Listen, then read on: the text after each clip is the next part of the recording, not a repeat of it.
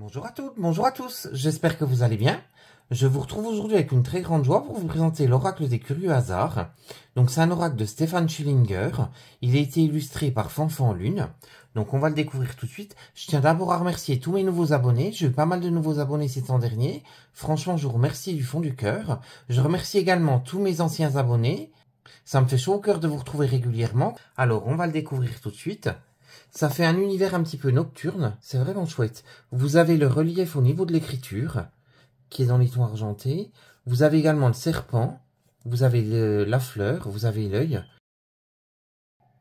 Donc il est illustré tout autour. Donc il est sorti aux éditions Très Daniel.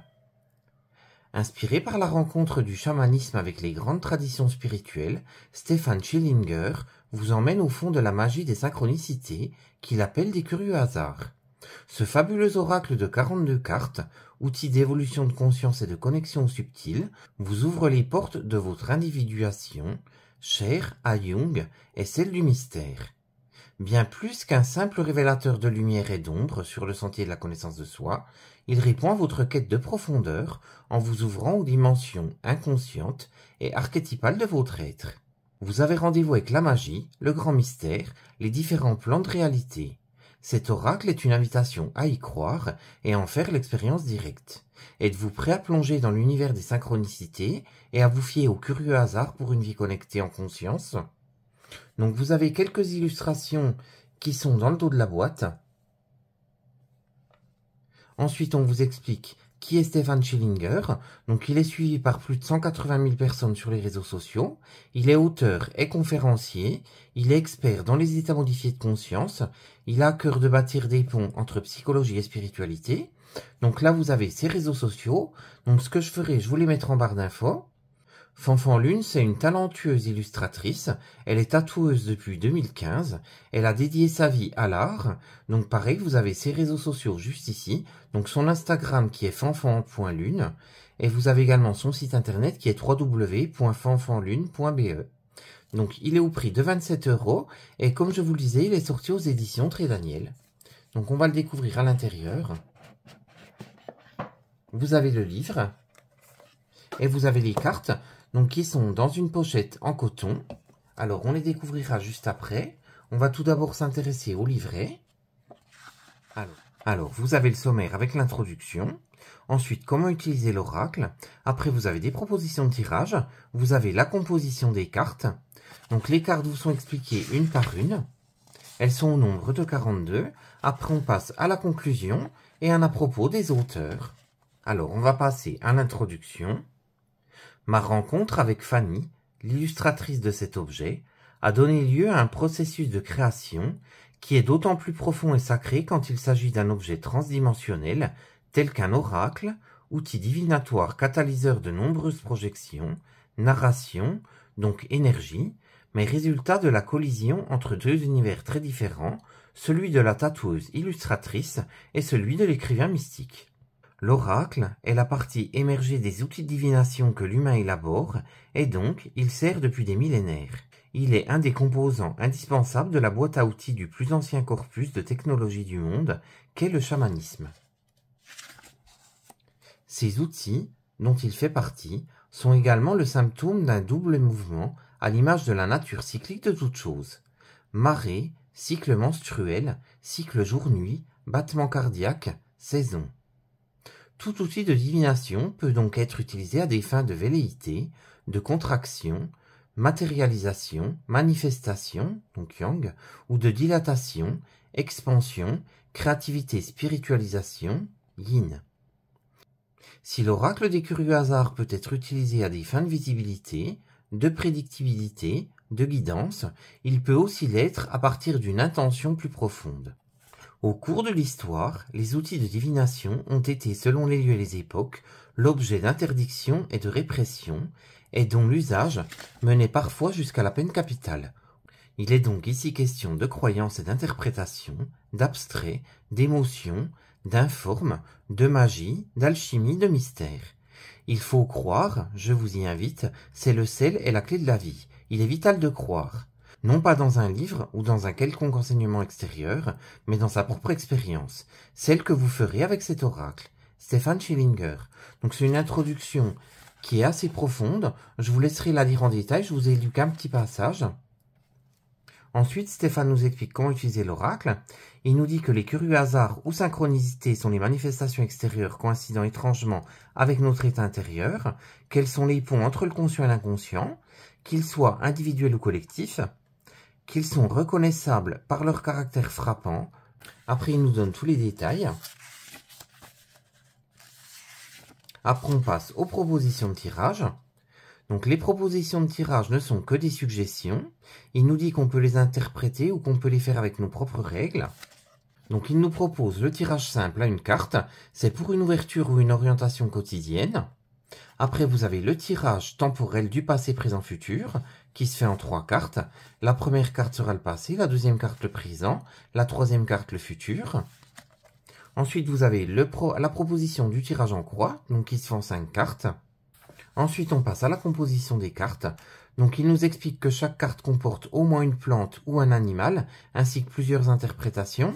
Donc, il nous a fait un petit tableau triade pour nous expliquer tout ce qui est à l'intérieur. Et ensuite, on passe aux cartes. Alors, vous avez l'illustration en pleine page de la carte. Vous avez son numéro, vous avez son nom, vous avez des questionnements qui vous ont proposés, vous avez l'explication de la carte. Ensuite, un petit texte qui nous dit « la carte nous dit ». Après, vous avez l'interprétation possible, enfin les interprétations possibles. Et ensuite, la composition de la carte. Donc là, il vous détaille tout ce qui se trouve sur la carte. Donc vous avez ça pour chaque carte. Donc pareil. Vous avez les interprétations possibles et les compositions de la carte. Donc là, par exemple, la carte 2, vous avez un serpent, du sassafras, le couple et le portail. Alors, on va les découvrir ensemble.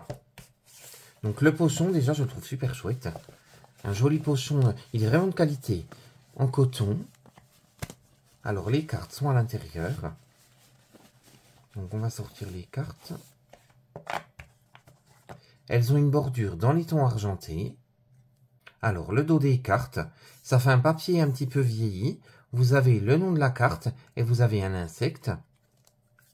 Le devant de la carte, vous avez le numéro de la carte. Vous avez l'illustration et vous avez en dessous un mot-clé. Donc, vous avez ça pour chaque carte. Alors, on va les découvrir ensemble. Je vais vous laisser les découvrir une par une et on fera après un petit tirage. À tout de suite.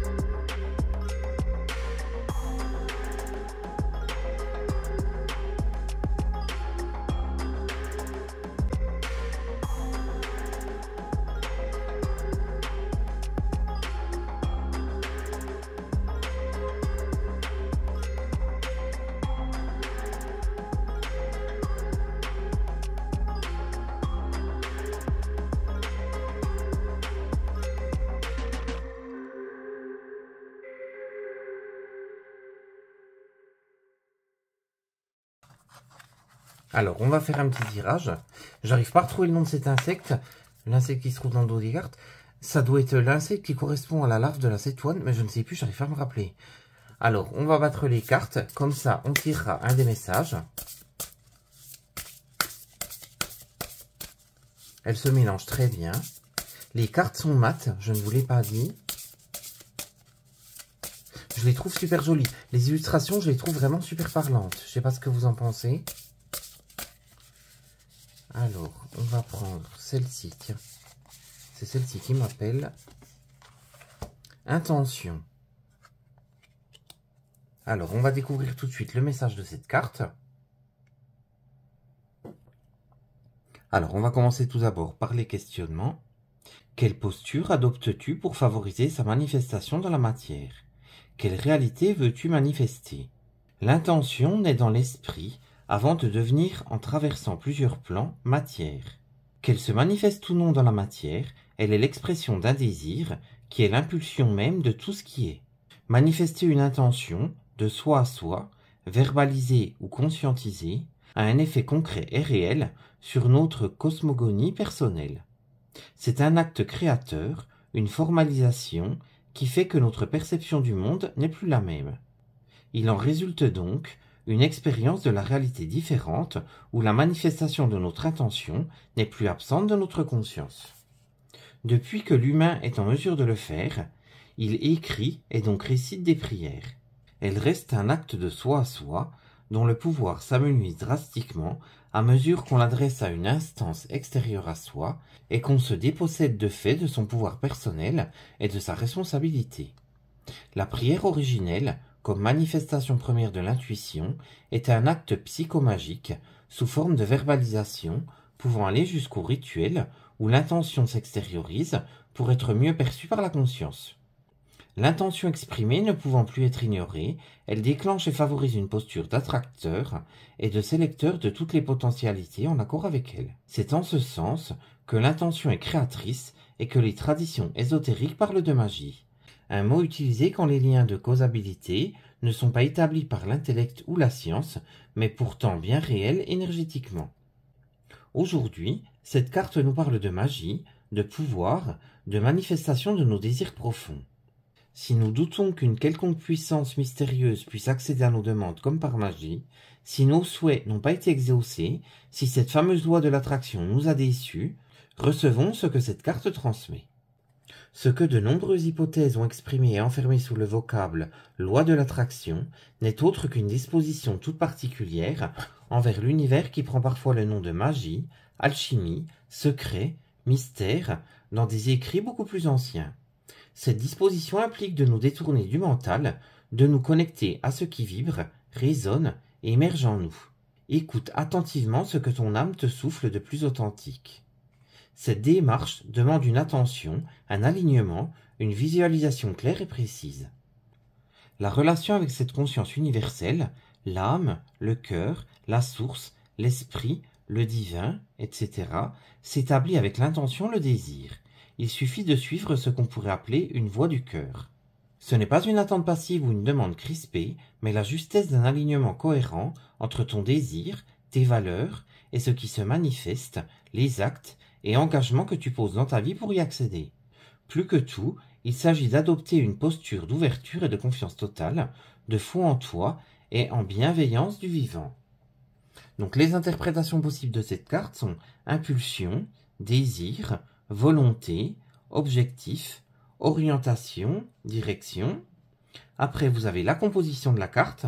Donc, vous avez le bonsaï, les signes, la verticalité, la lumière, les bougies et la présence. Donc là, en gros, cette carte nous dit de manifester des intentions. Elle nous dit qu'il faut toujours avoir confiance. Elle nous dit qu'il faut adopter une position d'ouverture, qu'il faut faire preuve de volonté en toute situation. Alors, je ne sais pas ce que vous avez pensé de cet oracle. Moi, je le trouve super intéressant. J'aime énormément les illustrations. Je trouve qu'elles sont remplies de détails. N'hésitez pas à me dire en commentaire ce que vous en avez pensé, comme ça on partage tous ensemble. En attendant, je vous fais de gros bisous et on se retrouve très vite pour une prochaine vidéo. À très bientôt. Gros bisous.